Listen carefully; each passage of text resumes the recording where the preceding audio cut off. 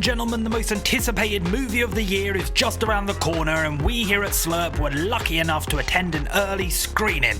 Boy, oh boy, am I excited to talk about this movie, but before we dive into my thoughts, I just want to give you a heads up. This is a non-spoiler review. I won't be spoiling any of the reveals, teasers, or major plot points that haven't been shown in the trailers. You are completely safe here. My full spoiler review will drop in a couple of days, so keep it locked into the SLUURP channel for that. Alright, enough build up. I'm Connor for SLUURP, and this is my review of Sonic the Hedgehog 3.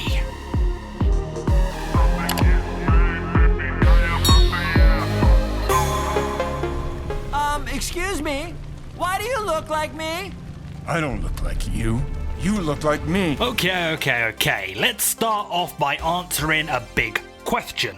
Can you watch this movie without having seen the others? Absolutely, 100%. In fact, a friend of mine joined us at the screening without seeing any of the previous movies, and I was kind of worried he'd be lost.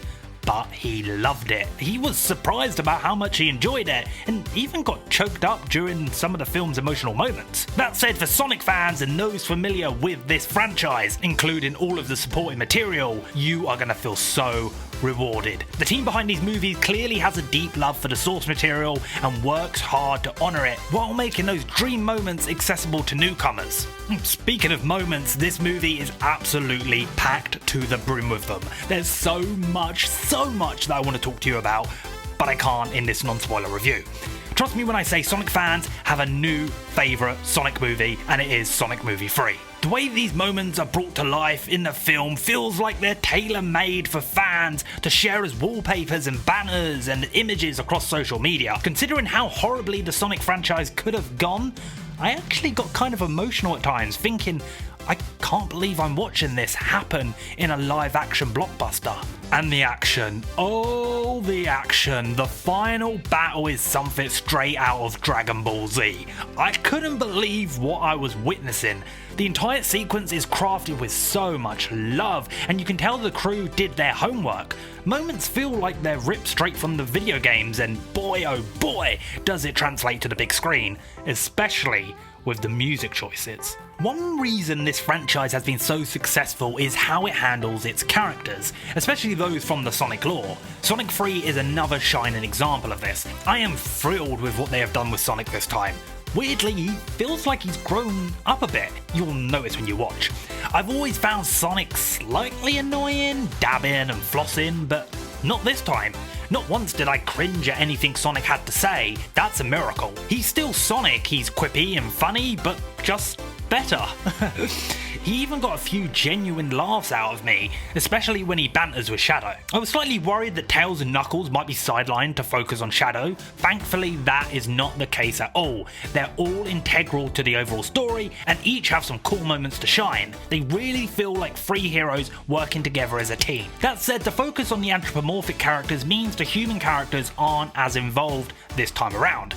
Personally, I love this. More focus on the actual Sonic world, but if you're a die-hard fan of Tom and Maddie, I don't know if they exist, keep that in mind. It's clear that the crew heard the criticisms about that wedding scene in Sonic 2, and decided to lean away from using the human characters so much this time around. One human character that does get a lot of focus is Jim Carrey's Robotnik. He's not just playing one role here, but two. What can I say about Jim Carrey? I mean, he's an absolute legend, and the thought of his rumoured retirement is terrifying because honestly, I have no idea how this movie would have worked without him. He's fantastic, the best he's been in this franchise so far. What's particularly noteworthy is how he makes both Gerald and Ivor Robotnik feel like two different, distinct characters, each with their own body language, voice and personality, while still clearly being next of kin. Robotnik's role is meatier than ever, giving Carrey more to chew on, including some emotional moments, especially in the final scenes. I mean, I was holding back tears. Before we get to the big bad of the movie, can I just say one more thing? I love Agent Stone. He's probably the top original character to come from these movies, and a lot of that is down to Lee Majdal's performance. I mean, I've been following him since that Pokemon fan film that we all watched a few years back. Look how far he and these live action video game adaptations have come. In Sonic 3, Agent Stone is an absolute blast, with some belly laugh worthy gags and even a few emotional moments. Overall, I just think Majdal is just such a great ambassador for the Sonic franchise, and I just hope we see more of him in the future. Okay, so how is Shadow in this movie? Let me tell you, the best decision this franchise ever made was casting Keanu Reeves as Shadow the Hedgehog. I am not kidding. I can't remember the last time I saw such perfect casting in a blockbuster. Keanu Reeves is breathtaking. He's given it everything he's got to bring Shadow's origin story to life. I think I'm ready to say that this is the best Shadow the Hedgehog we've seen in any medium. Comics, TV, and even video games. Fans know exactly what they want from Shadow, and this movie delivers. Bring some tissues because you will cry, and bring a change of pants for that final battle. That said, I have one slight gripe. While Shadow's arc is mostly perfect, there's a moment towards the end that feels like we're kind of retreading old ground. It's not a deal breaker by any means, but I do hope Sonic 4 shakes up the plot substantially. And speaking of Sonic 4, post-credit scenes. Does this movie have them? Oh boy, does it. I'm shook. The first post-credit scene is literally earth-shaking in terms of where the franchise is heading.